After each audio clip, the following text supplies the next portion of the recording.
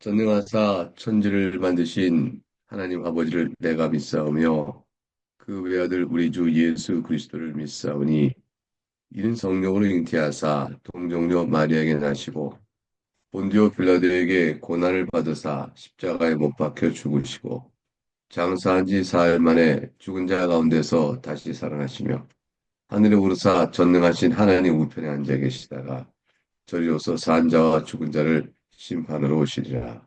성령을 믿사오며 거룩한 공예와 성도가 서로 교통하는 것과 죄를 사하여 주시는 것과 몸이 다시 사는 것과 영원히 사는 것을 믿사옵나이다. 아멘. 함께 찬송 올리겠습니다. 찬송가 70장, 찬송가 70장 피난처 있으니 1절과 4절을 찬송하겠습니다. 찬송가 70장 1절과 4절 시작. 피난처 있으니 환난을 당한 자 이리 오라.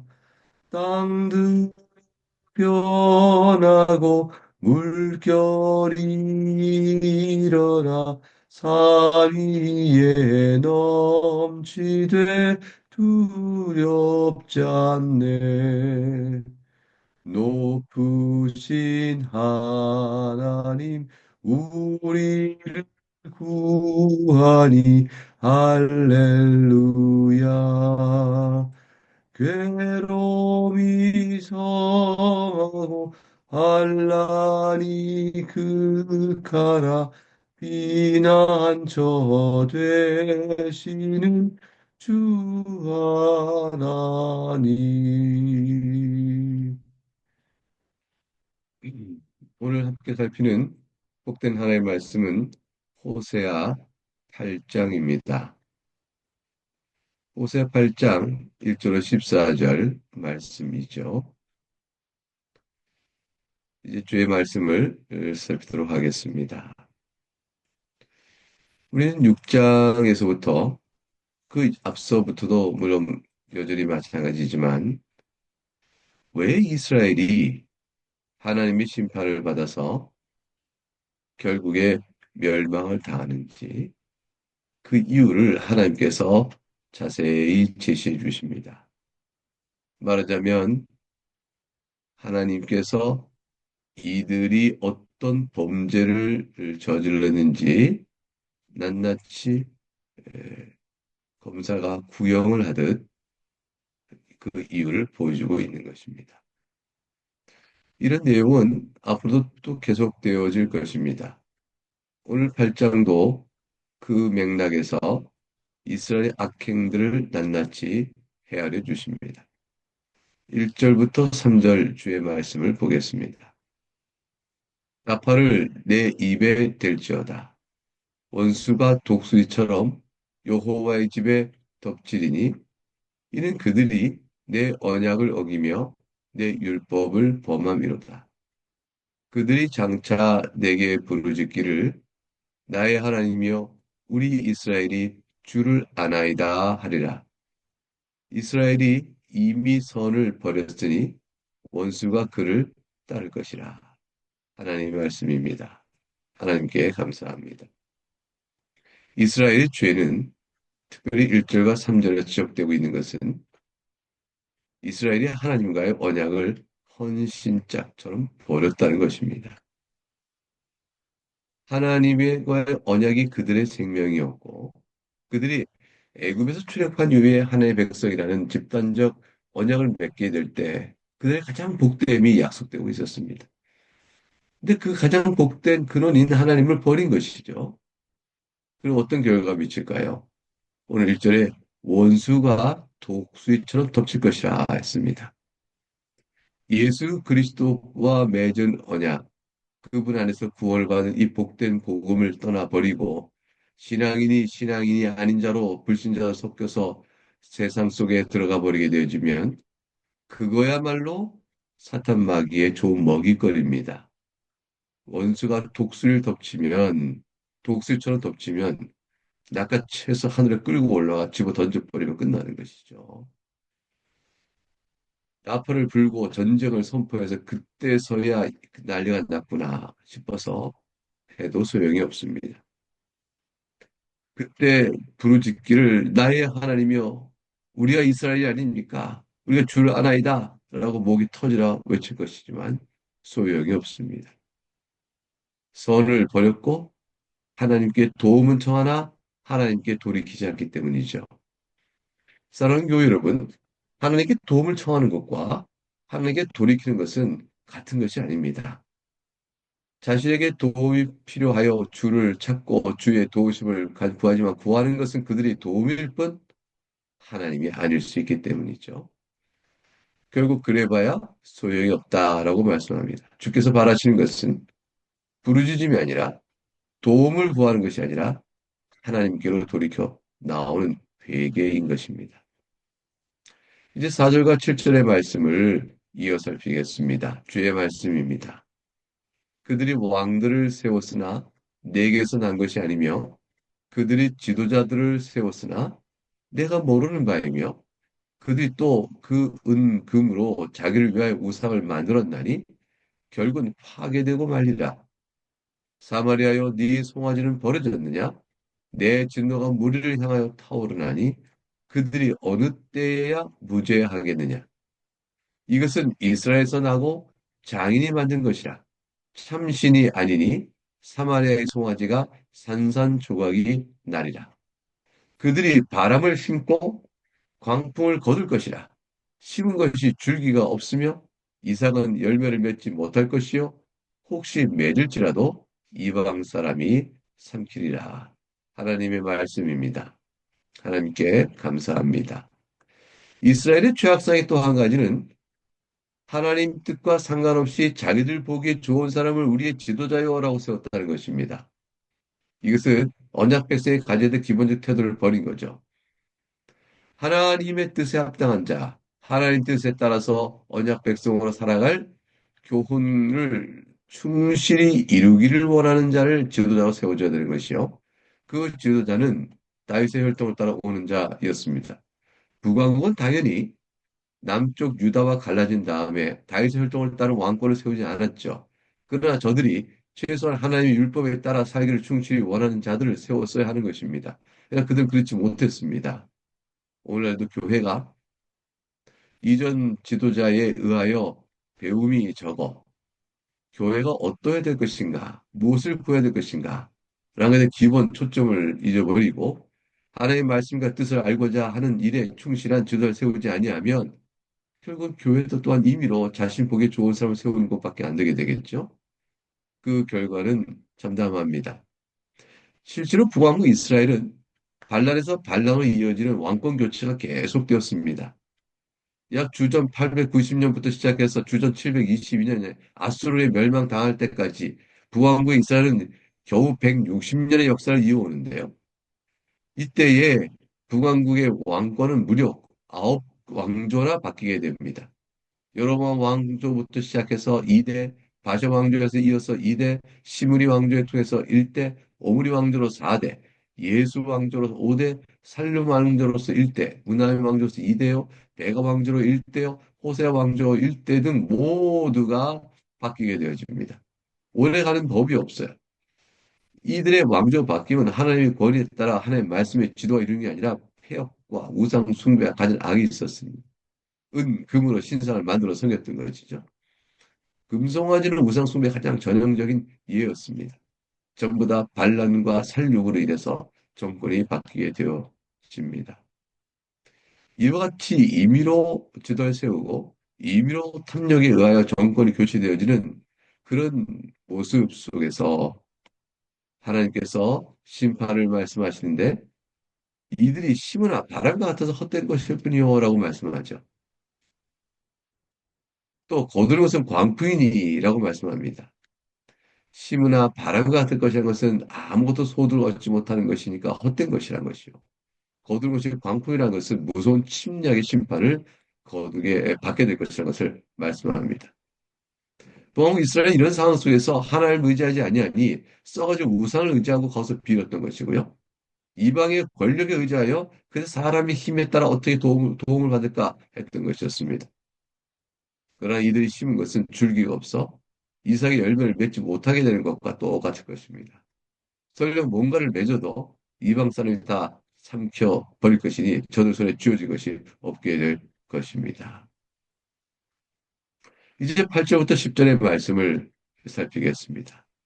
주의 말씀을 읽습니다. 이스라엘은 이미 삼켜졌은즉 이제 여러 나라 가운데 있는 것이 즐겨 쓰지 아니하는 그를 간도다. 그들이 홀로 떨어진 들나귀처럼 아수르로 갔고 에브라임이 값주고 사랑하는 자들을 얻었도다.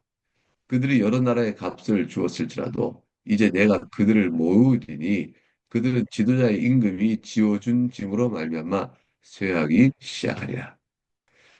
이스라엘이 이방 나라의 영혼을 다 빼앗겨본 자처럼 되어집니다. 마음을 빼앗겼으니 그들이 실질적으로 아직 정복을 당하지 않았더라도 이미 그 이방 나라의 복속이 되어진 것입니다. 그렇게 살아가는 이스라엘은 언약 백성으로서의 존귀함을 다 잃어버리게 되죠. 그렇다면 그러면 이방 나라부터 존귀함을 받는가? 하나님을 떠났으니 하나님께 버림받는 심판을 받게 될 때 저들이 그러면 하나님을 떠나서 우상을 섬기며 이방 나라로 갑니다. 당신들의 섬기는 우상을 우리도 섬기겠소 라고 말하면 그 나라에서 그들을 존귀히 여길까요? 즐겨 쓰지 아니하는 그릇같이 되어진다. 의지할 자가 없는 이스라엘은 자기들 볼 때도 끈 떨어진 가시예요. 그러니까 하찮은 것이 되고 많은 것입니다. 후광과 든든한 지원의 백이 없는 거죠. 하나님 백성으로서 존엄과 가치를 다 잃어버렸으니 길가에 뿌려진 소금 같아서 지나가는 사람이 다 지려밟는 것과 똑같은 처지가 되고 마는 것입니다. 즐겨 쓰지 않은 그릇, 천한 그릇처럼 되어지는 것이죠. 이제 그들은 강대국의 눈치 보며 여러 나라 이방의 눈치를 보며 거기에 빌붙어 사는 비참한 처지가 되고 마는 것입니다. 에브라임이 값주고 사랑한 자를 얻었도다라고 되어 있는데 에브라임이 곧 자신을 팔아서 얻었도다. 값주고 무슨 값을 줬냐? 자기를 몸값으로 준 것입니다. 자기를 몸값으로 주고 아수르나 애굽의 도움을 의지하였다는 것이죠. 사랑한 자라는 것은 에브라임이 즉 에브라임은 열 지파 중에 큰 지파였는데 북왕국을 대표하는 이름이죠. 에브라임이 사랑하는 것, 이스라엘이 사랑했던 것은 바로 애굽이었고 아수르의 힘이었습니다. 그러니 자기를 팔아서 몸값으로 주고 사랑하는 자들, 즉 아수르나 애굽의 도움을 얻었다 했으니 아수르 밑으로 들어간 것이요 애굽의 도움을 받기 위해 그 밑에 들어간 것인데 그런 아수르나 애굽은 저들을 어떻게 여길까요? 하찮은 그릇처럼 여겼던 것이죠. 그리고 이스라엘은 이제 계속적으로 자기를 팔아 넘겼으니 저들이 요구하는 대로 계속적으로 값을 치러줘야 될 형편이 됐던 것이죠. 자기가 사랑하는 나라, 그 아수라 애굽에 계속 도움을 받기 위해 막단 조공을 바치게 되어진 것입니다. 하나님께서 이들을 심판하십니다. 그들을 모으겠다. 10절에 그러셨죠. 내가 그들을 모을 것이라. 모아놓고 심판을 하십니다. 그 결과 자신을 넘겨주었던, 나를 보호해 주세요라고 넘겨줬던 그 왕들이 자신들에게 무거운 짐을 지우게 될 것이므로 그 앞에 씨름하며 점점점 쇠약하게 될 것이라. 하나님 심판의 말씀을 주십니다. 예수 믿고 주님을 사랑했던 신자가 신앙을 떠나서 세상 속에 묻혀 살아가면 이제 내가 행복을 찾고 좋은 걸 가졌다 할 것 같았습니까? 결국은 천한 그릇이 되고 말아서 길가에 뿌려진 소금처럼 무시당하고 또 저들이 원하는 대로 끌려당하며 그 비참한 삶을 살아가게 될 것입니다. 마귀가 그냥 두지 않는 것이죠. 조롱하고 없이 여길 것입니다. 이제 11절과 13절 주의 말씀을 이어보겠습니다. 하나의 말씀입니다. 에브라임은 죄를 위하여 제단을 많이 만들더니 그 제단이 그에게 범죄하게 하는 것이 되었도다. 내가 그를 위하여 내 율법을 만 가지로 기록하였으나 그들은 이상한 것으로 여기도다. 그들이 내게 고기를 제물로 드리고 먹을지라도 여호와는 그것을 기뻐하지 아니하고 이제 그들의 죄악을 기억하여 그 죄를 벌하리니 그들은 애굽으로 다시 가리라. 하나님의 말씀입니다.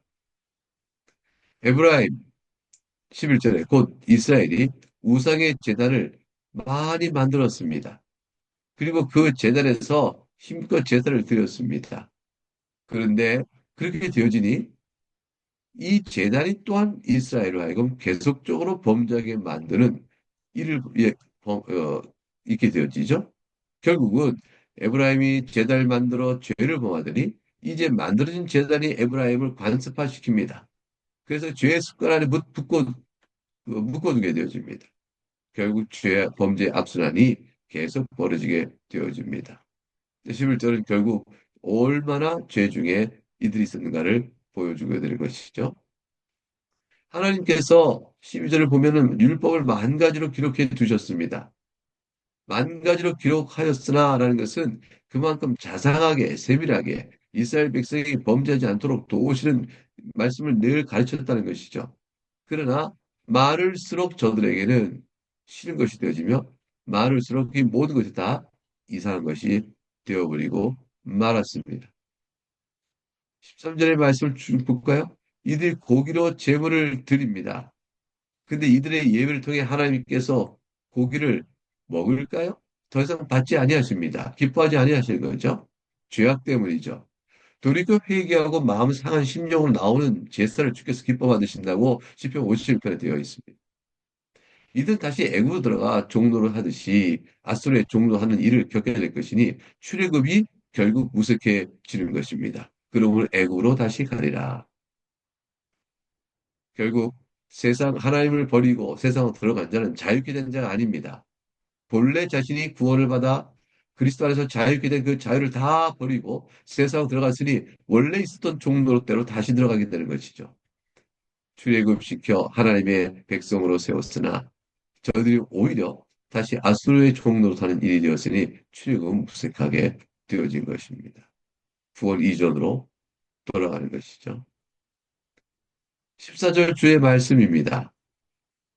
이스라엘은 자기를 지으신 이를 잊어버리고 왕궁들을 세웠으며 유다는 견고한 성을 많이 쌓았으나 내가 그 성읍들의 불을 보내어 그 성들을 삼키게 하리라. 하나님의 말씀입니다. 하나님께 감사합니다. 이스라엘이 세운 왕국이 도대체 무슨 도움이 되겠어요? 유다가 세운 성읍이 무슨 힘이 있을까요? 그것이 하나님을 떠나서 악행 가운데 있음에도 불구하고 그 왕궁이 그 성읍이 자신들을 지켜줄까요? 소용없는 일입니다. 내가 그 성읍에 불을 보낼 것이라 했습니다. 심판하실 것인 것이죠. 그것으로 끝납니다. 그리스도인이 만일 세상을 따라 세상에 주는 힘과 능력으로 왕궁과 성읍을 쌓고 자기의 안전을 구한다면 하나님이 징계하신 그 징계를, 그 모든 걸 다 잃어버리게 될 것입니다. 하나님께서는 그를 사랑하시기 때문에 그냥 두지 아니하시죠. 하나님의 그 손길 가운데 이스라엘 백성 가운데 남은 자들은 깨닫게 될 것입니다. 그리고 깨닫게 되면서 이 모든 징계의 상황이요 심판의 상황 속에서 우리가 살 길은 하나님께 돌아가는 것이라 라고 외칠 것입니다. 그러나 그들의 수는 북왕국 이스라엘 가운데 소수에 불과한 북왕국 이스라엘의 근본 역사의 방향을 바꾸지 못했고 영적 방향 속에 돌이키지 못했습니다. 그 집단적 이스라엘의 계속적인 타락은 그 속에 남은 자들은 그 모든 심판의 내용 속에서 징계로 받아 그들이 돌이킬 것이지만 그렇지 않은 자들은 계속 악행함으로 결국 멸망의 심판을 당하게 되어집니다. 하나님께서 이렇게 세세히 저들의 죄목을 드러내신 것은 어떤 뜻일까요? 심판할 자에게는 심판이 마땅하다는 사실을 보여주는 하나님의 공의성의 증거이지만 반면에 구원할 자에게는 이 모든 죄를 깨닫고 돌아오라는 회개의 말씀인 것이죠. 결국 이 모든 영적으로 환난과 고통과 또 그에 따른 징계의 매는 그들에게 돌이킬 수 있는 은혜의 구원의 기회가 되는 것입니다. 북왕국 이스라엘과 남쪽 유다는 끝내 하나님의 은혜를 망각하고 그로 인하여 죄악의 뿌리가 되어져서 우상을 섬기는 죄악상으로 치달아갑니다. 하나님을 잊어버리면 남은 것은 우리 마음의 빈 마음이요, 자유로운 마음이요, 그런 것이 아니라 부패한 마음입니다. 하나님을 마음에서 내어 버리면 내 마음에 가득 차는 것은 썩어질 진동이라는 부패한 마음이요, 그거를 기뻐하는 악한 영의 역사가 차지하게 됩니다. 우리 마음속에 들어있는 성령의 은혜로 맑게 되어진 것, 또 정직하게 되어지는 은혜를 계속 깨우다도 하시는 이 은혜가 얼마나 큰지 주 앞에서 우리가 감사의 감사를 드려야 할 것입니다. 이제 다 같이 우리 말씀을 감사하면서 기도하겠습니다. 사랑과 긍휼이 풍성하신 하나님 아버지 감사합니다. 주의 가운데서 호세아를 서를 통하여 경고의 말씀들을 듣습니다. 어찌 그리 하나님을 떠나는지 그들의 어리석음을 우리가 생각하며 우리 주 예수 그리스도에게 다 연합되어 붙어 있을 수 있도록 성령 하나님께서 우리 가운데 지금도 일하고 계심을 인해 감사를 드립니다. 이 아침에 우리가 주 앞에 나와 이와 같이 기도하오니 이 모든 것을 하나님께서 우리를 사랑하시고 베푸신 은혜에 붙들려 우리 또한 하나님을 사랑하여 나가는 걸음이오니 주께서 선하신 뜻 가운데서 우리 가까이 기도를 들으시고 사랑 교우들 형편을 불쌍히 여기시며 위로해 주시옵소서. 모든 것을 주 앞에 감사하고 우리 주 예수 그리스도 이름으로 기도합나이다. 아멘. 이제 주님께서 우리에게 가르치신 그 제목을 따라서 기도를 따라서 함께 기도하겠습니다. 하늘에 계신 우리 아버지여, 이름이 거룩히 여김을 받으시오며 나라가 임하시오며 뜻이 하늘에서 이루어진 것 같이 땅에서도 이루어지이다. 오늘 우리에게 일용할 양식을 주시옵고 우리가 우리에게 죄 지은 자를 사하여 준 것 같이 우리 죄를 사하여 주시옵고 우리를 시험에 들게 하지 마시옵고 다만 악에서 구하시옵소서. 나라와 권세와 영광이 아버지께 영원히 있사옵나이다. 아멘.